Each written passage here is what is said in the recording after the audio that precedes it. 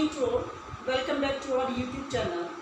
Today we are going to discuss about the topic concept of revenge. In the previous class we already learned about the behavior of AR, MR and TR. When the producer are willing to sell more quantity at a given price, यानी given price अगर होता है तो उस समय AR, MR और TR का जो बिहेवियर है वो कैसा होगा ये ऑलरेडी हम कर चुके हैं.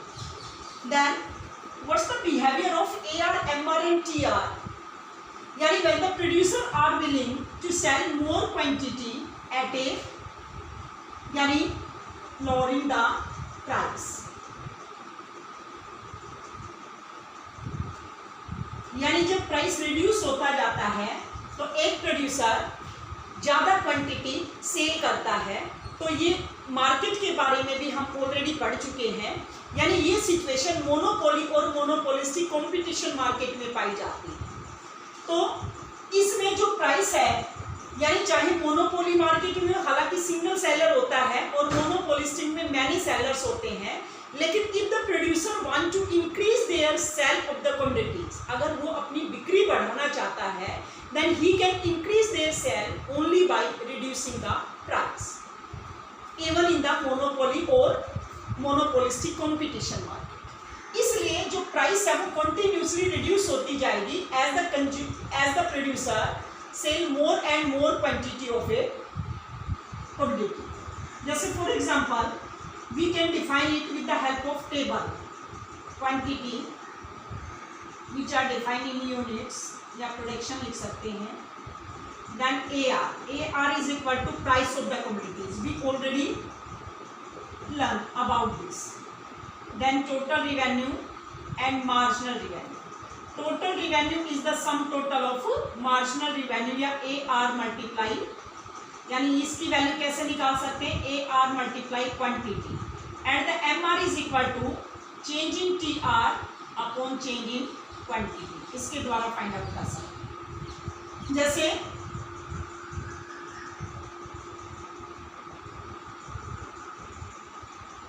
यानी जैसे जैसे कंज्यूमर एक वस्तु की ज्यादा यूनिट सेल करेगा then price of the particular commodities will be reduced. तो वो कीमत जो है वो कंटिन्यू कम होती जाएगी. तो आपको कीमत को कम करते जाना है, क्योंकि अगर वो अपनी सेल को मैक्सिमाइज करना चाहता है तो प्राइस को रिड्यूस करके ही वो अपनी सेल को मैक्सिमाइज कर सकता है.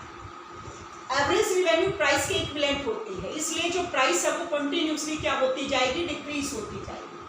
Then we can find out the total revenue AR multiply quantity 10 multiply 1 10 18 24 28 30 30 and 28. तो TR जो है टोटल रिवेन्यू जो है वो यहाँ तक इंक्रीज होती है बट डिक्रीजिंग रेट से. यहाँ पर कांस्टेंट है और उसके बाद क्या होनी शुरू हो जाएगी, डिक्रीज होनी शुरू हो जाएगी. Then we can find out the value of MR. तो मार्जिनल रिवेन्यू कैसे निकालेंगे, change in TR upon change in quantity. Quantity में एक एक का चेंज आया हुआ है तो इसमें first as it is 18 minus 10 8 24 minus 18 6 28 minus 24 as a 4 30 minus 28 2 30 minus 30 0 28 minus 30 minus 2. क्योंकि एडिशनल रिवेन्यू होती है तो जैसे जैसे एक प्रोड्यूसर अपनी एक एडिशनल यूनिट को सेल करता जाता है तो जो मार्जिनल रिवेन्यू है वो कंटिन्यूसली डिक्लाइन होती जाती है. एक पॉइंट पर 0 और एक पॉइंट पर नेगेटिव चली जाती है. So we can explain the relationship between TR, AR and MR या behaviour of TR, AR and MR with the help of diagram. अब हम इसी को एज ए डायग्रामेटिकल शो कर सकते हैं टेबल की हेल्प से या विदाउट टेबल. तो ये देखो यहाँ पर क्या आ जाएगा, revenue on the vertical axis and on the horizontal axis V shows the quantity of the commodities. It is the origin point. अब देखिए इसमें जो एवरेज रिवेन्यू कर रहे हैं वो कंटिन्यूसली क्या हो रहा है, डिक्लाइन हो रहा है. MR भी डिक्लाइन हो रहा है. तो आप देखो लेकिन AR स्लो रेट से डिक्रीज हो रहा है in comparison of MR, right. As it is TR जो है पहले डिक्लाइन एज ए इंक्रीज होता है, यहाँ पर कांस्टेंट उसके बाद डिक्रीज होना शुरू हो जाता है, तो ये हमारा टोटल रिवेन्यू कर्व होता है TR। ये इसका मैक्सिमम पॉइंट है। आप देखो जहां पर इसका मैक्सिमम पॉइंट या कांस्टेंट पॉइंट है वहां पर MR क्या है, 0, तो वहां पर MR क्या शो करेंगे, 0 शो करेंगे। और जो मार्जिनल रिवेन्यू कर्व होगा वो हमेशा AR से नीचे होगा। क्यों? क्योंकि एडिशनल यूनिट से रिलेटेड होता है and the marginal revenue it means decreases faster than the average revenue, यानी एवरेज रिवेन्यू के कंपैरिजन में जो मार्जिनल रिवेन्यू है वो फास्ट रेट से डिक्रीज होती है, इसलिए average revenue is always above the marginal revenue and it can never be 0। तो इसके बेस पर हम इसका बिहेवियर शो कर सकते हैं कि when TR increases eight decreasing rate, क्योंकि ये डिक्रीजिंग रेट से इंक्रीज हो रहा है, देन MR ऑल्सो डिक्रीजेस। जैसे पहले हम TR एंड MR का रिलेशन शो करते हैं, तो चाहे टेबल के थ्रू कर लो चाहे डायग्रामेटिकल शो कर लो, तो इसमें यहाँ पर ये नेगेटिव हो जाता है।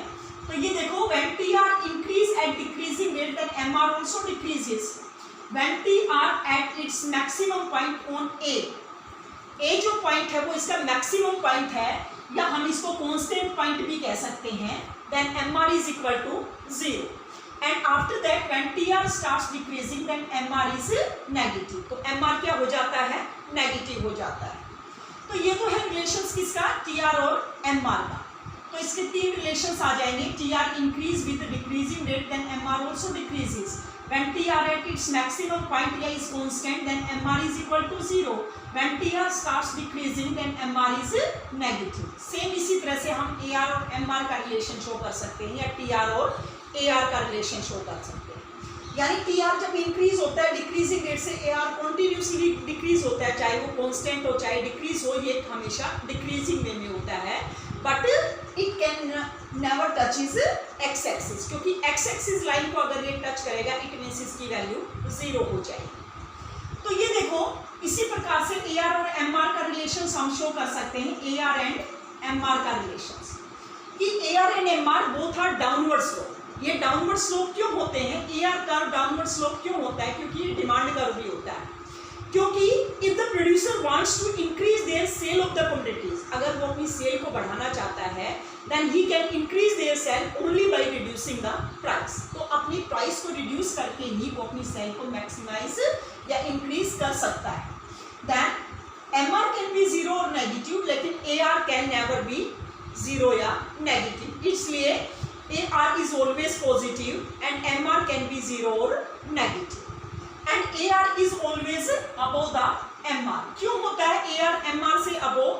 Because average revenue related to the per unit revenue when the producer sell one unit of the commodities, then these are called the AR। और MR ये additional unit से related होती है, यानी additional unit जितनी फास्ट रेट से increase होती है उतनी फास्ट रेट से डिक्रीज होती है, इसलिए the MR decreases faster than the, क्योंकि ये चेन से रिलेटेड होती है, इसलिए it decreases faster than the average revenue, इसलिए MR always below the average revenue, ये हमेशा इसके नीचे होता है। तो ये था इसका relationship between AR MR and TR। It can be explain with the help of table and diagram. Table और डायग्रामेटिकल हम इसको एक्सप्लेन कर सकते हैं। एक इसमें नेक्स्ट क्वेश्चन और लास्ट क्वेश्चन अराइज होता है कि why the demand curve is, जैसे हमने 3 मार्केट पढ़े थे, monopoly market, monopolistic competition market और परफेक्ट कंपटीशन मार्केट। तो उसमें था जो डिमांड कर्व होता है, यानी in the perfect competition market the average revenue curve is parallel to x-axis because price is constant because of the homogeneous product, and in the monopoly competition market the demand curve is less elastic, and in the monopolistic competition market the demand curve is more elastic। यानी monopoly में दोनों में demand का downward slope होते हैं, लेकिन monopoly में less elastic और मोनोपोलिस्टिक कंपटीशन में मोर इलास्टिक होता है। क्यों होता है? इसका एक ही रीजन है, प्रोडक्ट इसका रीजन है because in the monopoly market there are no close substitutes of their product, क्योंकि उसके प्रोडक्ट का कोई भी क्लोज सब्सटीट्यूट्स मार्केट में अवेलेबल नहीं होता. If the price change then there is a less changes in demand, so the demand curve is less elastic. And in the monopolistic competition market there are many sellers as well as all the producers sell the substitutes products of each other या product differentiation, यानी substitutes goods उनके द्वारा cell की जाती है. इसलिए if the price change then there is a more changes in demand, क्योंकि substitutes available होते हैं. तो इसलिए प्राइस में अगर चेंज आएगा मोनोपोलिस्टिक कंपटीशन मार्केट में तो डिमांड में उससे ज़्यादा चेंजेस आएगा.